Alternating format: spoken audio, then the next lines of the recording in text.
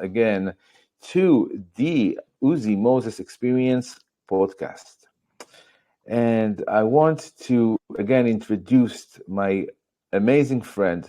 I've been lucky, really, really lucky to call him my friend. It's my zchut, it's my privilege. Dr. Yehiel Harari, who is here with us tonight, because now it's 10 or 8 p.m. in Los Angeles and 9 or 8 a.m. 8 a.m. Yeah, 8:08 in Israel. And here we are sitting in front of our computers and creating this amazing podcast for everyone to really learn something that will change your life. And will not only change your life, it will make you somebody who's going to go out there and change other people's lives, God willing. And that's the purpose of what we're trying to do. We're trying to light everybody up and bring Mashiach now.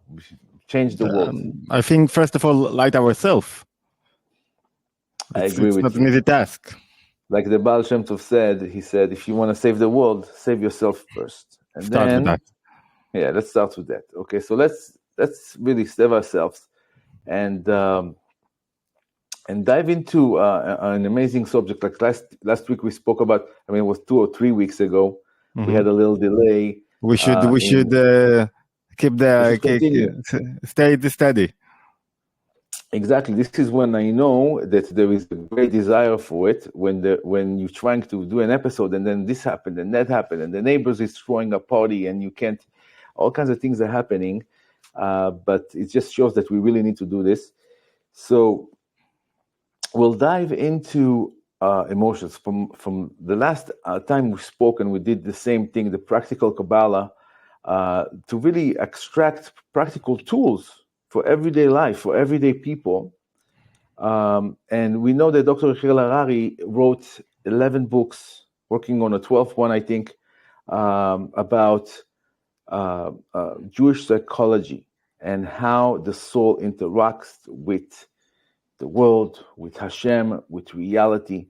And we know that it's all really has to do with emotions. And we want to dive a little bit deeper into that subject with the idea that emotions are the conduit that connects us to the creator of the universe, to the Almighty God himself. And God forbid, it could also do the opposite if we don't manage them correctly. So we want to dive more into that, into this, and then maybe touch a little bit about emptiness, about, sometimes... We'll leave it to another episode. Maybe. Okay. Let's concentrate on emotions. It's such a huge subject, an important one. Okay, yeah. So let's really dive into it. I think we have two questions that we have to deal right in the beginning. The first one is, what are the emotions? What are emotions? And the second one, what is the role of the emotions? Why do we have emotions? So let's start with the second one. When you think about marriage, relationship, usually they say it's a lot about communication, the way you communicate one each other. And it's not the right answer. Why? Because think about the best marriage. You have everything. You have the best communication. You don't have any struggles. You agree with everything. You will wake up in the morning. You will go, I will take that. I will do this job. To split assignments. But what you don't have, you have the great communication, and there is no lack of abundancy. Everything is okay. Sometimes when you have you're struggling for your maintenance, there is a little bit of a gap between and problems in the marriage.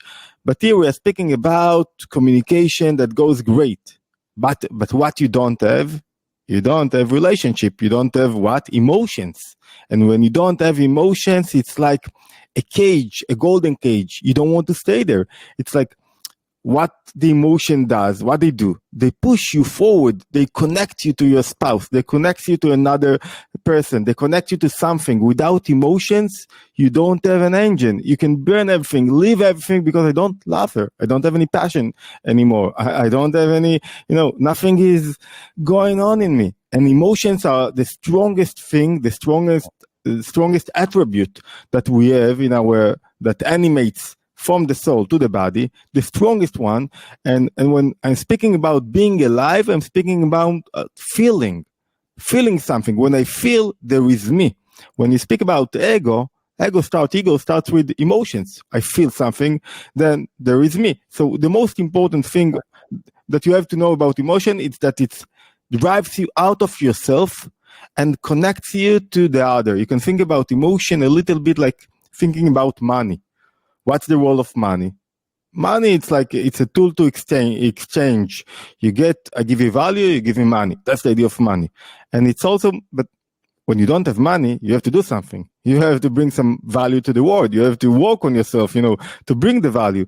And the whole idea of money is to take you out of yourself and to see a little bit, what's the problem? Why my product does not bring enough value to my customers?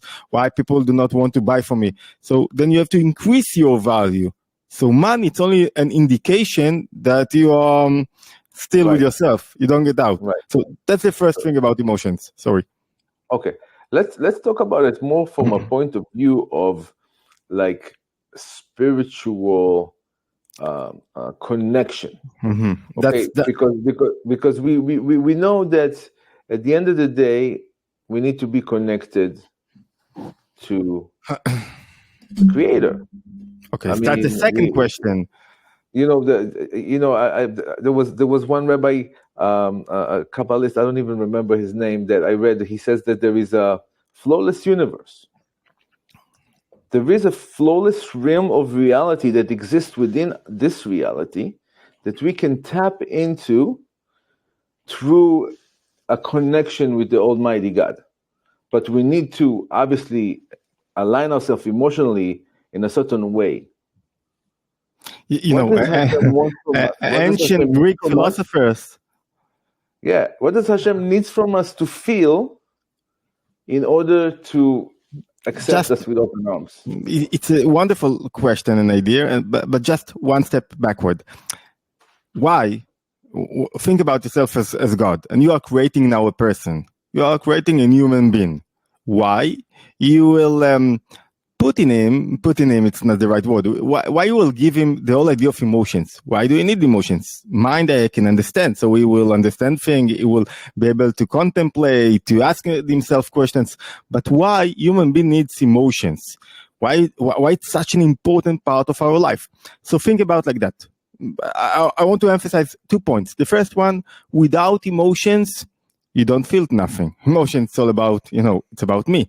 So the emotions makes you feel yourself like it's all about me. What with me? It connects you. Now, when there is me, and be connected to you. And the whole idea, what's really spoke about God, what he really wants with your emotions. Without emotions, you do not get yourself out of yourself and stay connected to someone else, because emotions are all about connecting to someone else.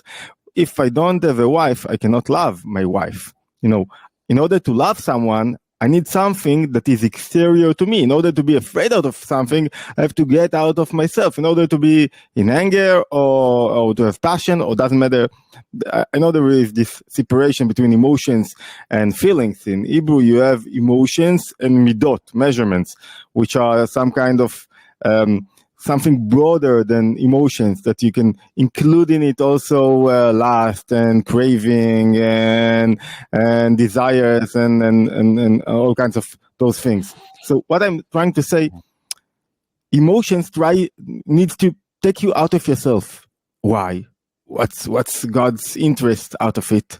Because if you're staying only with yourself, there will not be unity in this world. The whole idea is that when you get out of yourself, when you manifest love, then there is what? Unity in the world. When there is unity, God is now present in the world. He manifested himself. The whole project, the godly project of this world, is to find unity in this world.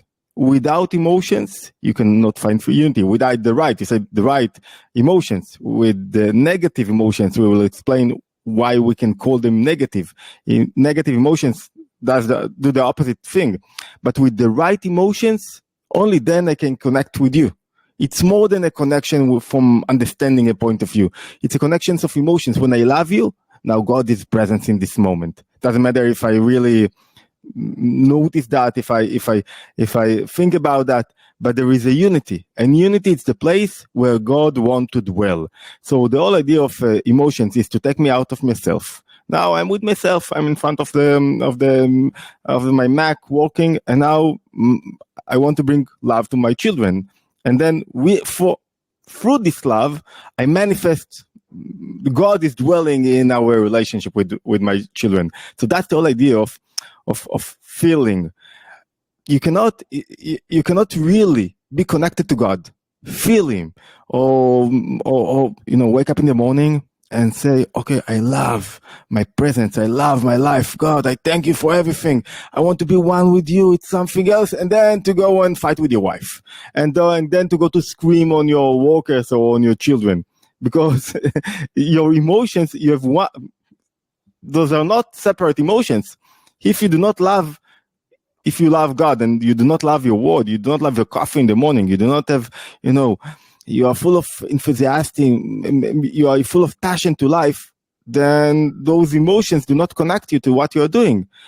Okay, it's very natural to feel a little bit of anxiety and sadness and fear and anger. It's natural. But if you do not overcome it and understand, it's like some kind of emotions that split you, disengage you from your spouse, from your friends, from the world, then you cannot find unity in word. Because what anger do? Well, I might have to work on the grammar. What anger do? It splits you. When I'm angry about you, I don't want to be one with you. Well, what anxiety do? When I have anxiety, I don't want to be. I think about the future, but about what will happen, and not about this moment. I'm not connected to this moment. I cannot be one with you when I have anger. That's the whole idea of connecting to God. You cannot connect to God without working on your emotions. That's why in Chasidism they say that the most important thing is, it's not only the most important thing. It's the result of someone that works on himself, that works on his mind. What is the result? That you are happy. What is it happy? Happiness, it's not like I'm smiling all day. Happiness is that I know how to manifest emotions, but those emotions connect me and do not disconnect me from everything that I'm doing.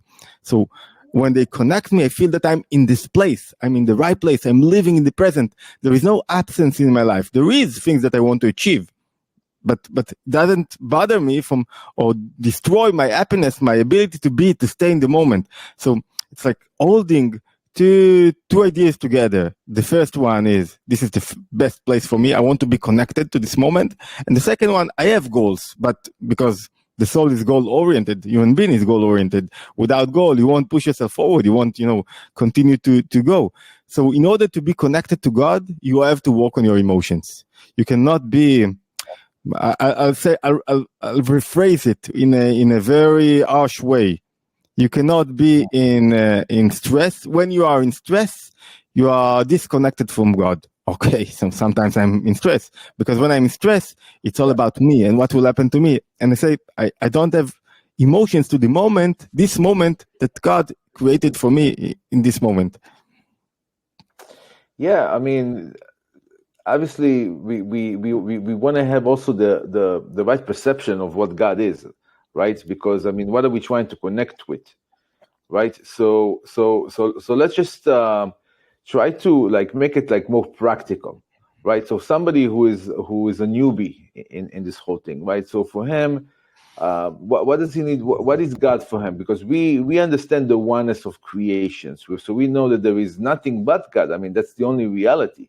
Right, so there is not I went there, somebody that was rude to the waiter, and then he comes and he's nice to another person. To me, if you were rude to this person and now it just doesn't work that way. You have to. If you're nice, you're nice. You're not gonna be nice to only certain amount of people because that's a wrong perception of everything, of reality. What are you doing? Are you discriminating? Are you being arrogant, or something like that. That's why to I agree with you on what you said, that we need to have a certain outlook, a certain perception of what God is, to know how to connect with it emotionally. so to say, right? So what would you give? Let's just say practical, very practical. Let's get to the.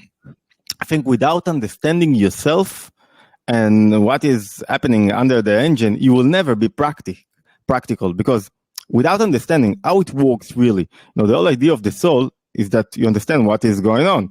The whole idea of the body, you understand what is good. You always try to understand what is good to you to feed yourself, what is the right nutrition, what kind of sport you really adopt. Speaking about sport in a moment, there are all kinds of trends. There are those who tell you do cardio, and those who tell you do weights, and those who will tell you eat only meat, keto, and those who will tell you meat will kill you. But the whole idea is that you are trying to understand really what happens to you. And it's not only about practical tools. It's understanding your body, understanding your mechanism. It's the same about the soul and about mental life and about connecting to the God. So first thing, let's understand it. First thing, don't be afraid. Don't be, get out of your place when you have undesirable emotions. Why do I call them undesirable emotions? Because they do not do what they have to do. They are very natural. They do not connect you to your spouse, to your God, to whatever you need to be connected to, everything. They disconnect you. So if you have a little bit, let's get it down. If you have anxiety or anger or depression, it's a call from the soul. Okay, I want more out of life. I want to be more connected, but I don't know how. I want to influence more, but I don't know how. And the whole idea is now to walk on the emotions. Don't think it's like something not natural. Anxiety, it's natural. Sadness, it's natural. Everything that's connected to mental life, to wellness, it's not natural. I'm speaking about not the body, not from the body point of view. From the body point of view, natural is good, but from the soul point of view. So you have to work on your natural tendency and to change it. Now you understand that. Now you're not afraid. The Alter Rebbe is saying when you have thoughts, all kinds of thoughts that penetrate into you and start to take you to undesirable places. Oh, I'm victimization. I'm not good enough. Why it happens to me? And I'm fear of missing out. And all those kind of things, thinking about the future, thinking about the past, what will happen. It's anxiety, it's about the future, and self-criticism, it's about the past. Now stop a little bit and smile to yourself. Take a moment, smile to yourself. Say to yourself, okay, this is the moment. That's what the Alter Rebbe is saying. This is a moment of fight. This is a battlefield. And you are now the warrior, and it's a game. And you have to don't do out yourself. Don't be so serious with yourself. Be serious with what you are doing, but not in the struggle. Understand the nature of the struggling, of the battle that you have in you. Now stop a little bit, take a zoom out and understand that those emotions that jumping on you, they have one thing that characterizes them. What is this one thing? This one thing, it's all about me. It's about my nature. It's all about not only my nature, my ego. In Hebrew, it's ego, it's Freudianic. Freud was also a Jew, but it's a Freudianic term. We are using my essence, my being. It's me. And all the undesirable emotions comes from, I want to feel more. I want to be more. It's like when I'm depression, what do I speak about when I'm depression? I'm speaking only about myself. I want to be more. I want to feel more. I want to be more. And the idea of those emotions, you want to be connected, be less a little bit. And it's so hard to be less. To overcome anxiety, you have to be less. You have to less think about what will happen to you. You have to drop all your tendency to control the future and to navigate. No, you do not control the future. You want things to happen that way or that way, but you cannot control what will happen in a moment. So it's the whole idea is to understand your emotion, to understand there is a call in those emotions to feel more, to be more. But if you want to minimize a little bit those emotions and to navigate them, without navigating the emotions, you will never be able to be connected to God. And we said connecting to your wife, it's a kind of connecting to God. There is a saying that in Yamav of the king Achav, which was a wicked king, there was all the warriors that went to war never died. And in the days of David Amelech, the King David, a lot of warriors that went to war died. Why? Because in the days of Achav, even though there were idolatry and neglected godliness and Judaism, etc., Judaism in the way that, that it was supposed to be, they were connected. They were in a unity state of mind. And think about Rabbi Akiva. 24,000 of his followers, of his disciples, of his the people that learned, all the Jews that learned from him, all his students, died in few weeks. Why? What was the idea? The idea was they didn't give respect each other. What is respect? I cannot listen to you.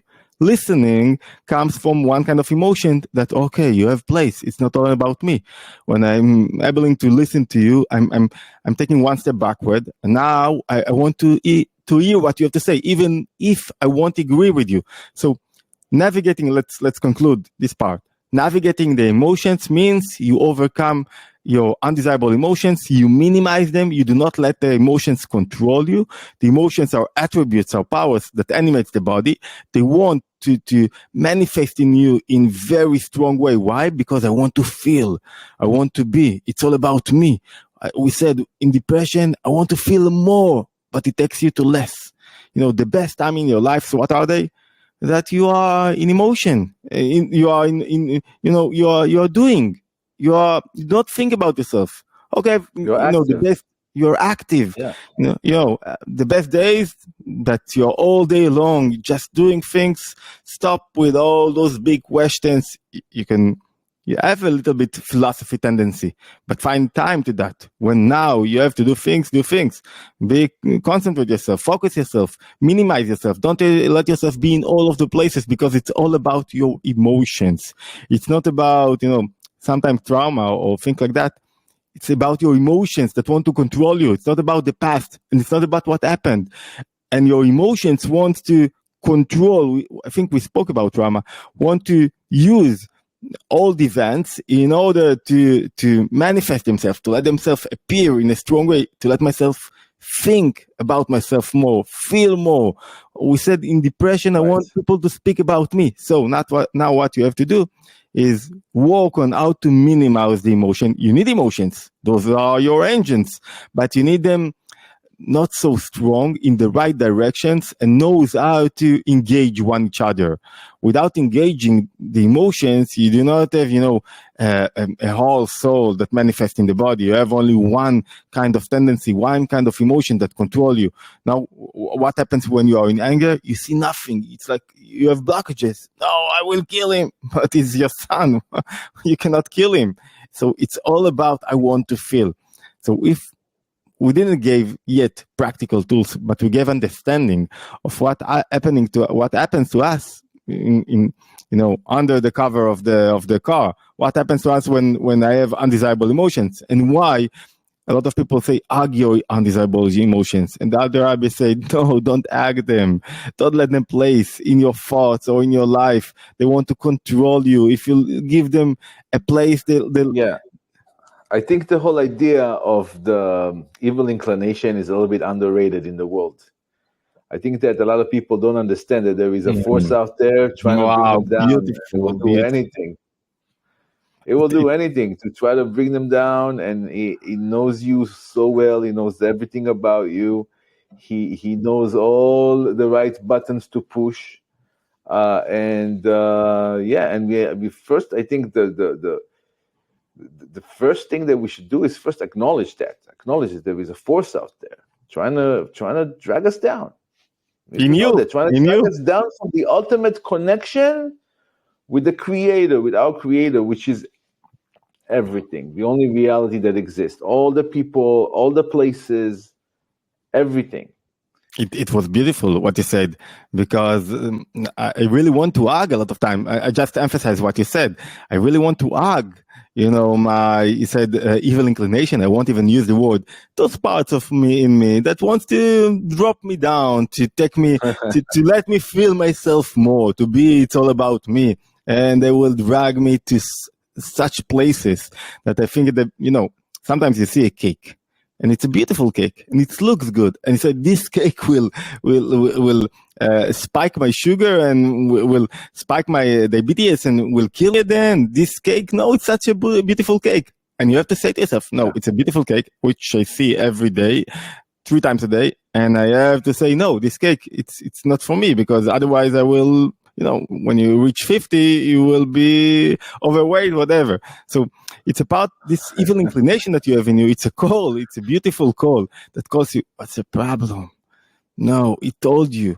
The way he spoke to you, the way he treats you. You are the victim here. Tell him what you think about him. And it's all about you forgetting your life mission. That is to be connected. That's to be an emissary in this world, to help others, to help yourself, to discover your inner potential. Yeah, you're in a mission, you're in a life mission, and you let your emotions control you, and that is the evil inclination that you spoke about. Yeah, and I think that once we start acknowledging the evil inclination, then we need to really start to look deep into our hearts and to always monitor how we feel. Monitor, where is this emotion? What's moving me right now? What emotion is moving me right now? Is this emotion trying to add value to the world, or the opposite? And if it doesn't add value, it's probably not the right emotion, in a way, because you are completely turning your back to all the greatness of creation, and you're not being thankful for everything. You start complaining about little things, and you start complaining about little things. The Creator says, okay, I'll give you more to complain about, Beautiful. No. But if you are thankful for the little things, then you will get bigger things to be thankful for. Now you touch the practical way to minimize the undesirable emotions and to navigate them and to overcome what seems like emotions that want to control you and disconnect you from your life mission. It's not only be thankful. When I'm thankful, it's a great thing to do, but it's all about me. I am thankful. I'm thankful for everything that it's still about me. In order to overcome your undesirable emotions, you have to take yourself one step backward. Stop thinking about yourself. And how do you do that? The first practical way is ask yourself, zoom out. Before zoom out, ask yourself a simple question. What is your role in this moment? What is your role? What happens with the other person? When you think about something, what is my role now? I'm in the middle of screaming or whatever, hollering in my house. What is your role here? Your role here as a parent is to bring happiness, to bring joy, to bring, doesn't matter how much money you bring, but if you bring stress, your children will be in stress. So what is your role right now? To smile, to overcome your stress.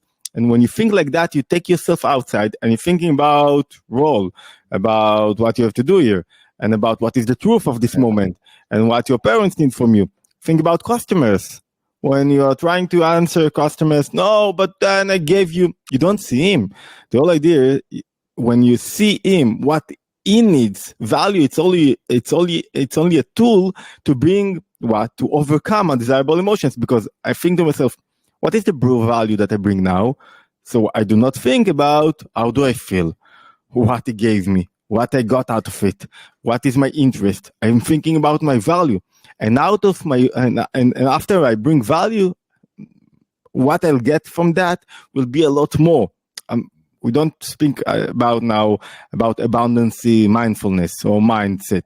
We're speaking about how to overcome undesirable emotions, and then through that to connect yourself to your customer, to your community, to your friends, to your husband, to whatever we're speaking about. So it's asking what is the truth of the moment, how you get yourself out of it, and through getting out of it, your emotions will minimize in the moment. And in order to do that, it's a life work, and it's and the Alter Rebbe, all Chasidism is working on that. You have to go through a few steps. We just mentioned them, and then we'll talk about them in the next time. First of all, work on your thoughts. without knowing how to navigate your thoughts, you won't be able to navigate, to control your emotions, because the emotions want to manifest themselves in the thoughts. So you have to know the tricks, all the Jewish mindfulness, how to navigate thoughts, which thoughts not to think about them, and which thoughts you have to deliberately be concentrate in. That's the first, the first thing that we have to do. The second one is to contemplate, to use your mind. Without using your mind, you won't be able to minimize the emotions, to navigate the emotions, because the mind has a clear ability to navigate, to speak with the emotions and to call them to come to this way or to that way. And this is the second thing. And the last thing, without having a sense of mission, it's not about meaning. Meaning, it's all about me. I need some meaning. No, it's not about meaning. You can see, you will find pilots, people that do great things in life, that have a lot of meaning in life, but still they feel emptiness. And it's not about meaning. Viktor Frankl spoke about meaning, but I think we misunderstand him, because it's very easy to misunderstand him because he wasn't clear enough. But meaning, you'll find a lot of all his writing was, I don't want to get into it, but all his writing was, a little bit blurred. You can extract out of it a lot of things. But it was the mission that kept him alive. It's a mission. He wanted to publish his book. He published his theory. Mission more than meaning. Throughout everything. That's what I'm saying. About Viktor Frankl. That's what I'm saying. Mission more than meaning. Meaning, it's about me. Mission, it's about what I'm bringing, what the world needs from me, what people need from me, what my wife needs from me, and this connect me more than meaning. And this whole idea is that it's not about me. Then I feel less. I'm not in the center. That's the three, let's say, roads that you have to walk in order to control, to navigate your emotions, and you need emotions, but those emotions are more, light in a vessel. They are more delicate. They are, they're fine. You enjoy them. They are not, strong light that stuck you in the walls. And it's like, it's a good marriage, a good relationship, a good manifesting of your emotions. Okay, I think we touched, I think we touched, and I think that when people really looking for well-being, I think the first thing they should really, really work on is emotions, guys. Yeah. Emotions, and that's what we're going to try to do, hopefully together throughout the next weeks. Just provide more content and more tool for people to, wonderful, not only navigate emotionally, also, know how to connect to their mission and live a very vibrant, happy, and prosperous life. Bezrat Hashem, God willing. Great. Thank you very much, my friend. And thank you all for listening. We'll see you next week. And guys, Dr. Harari has his English channel. Let's just give that Jewish Psychology 1 on YouTube, right? Is that the name? Jewish Psychology 1 on YouTube in English, guys. So you can go over there and listen, and please follow, subscribe, and share. We'll see you next week. Take care. Thank you very much.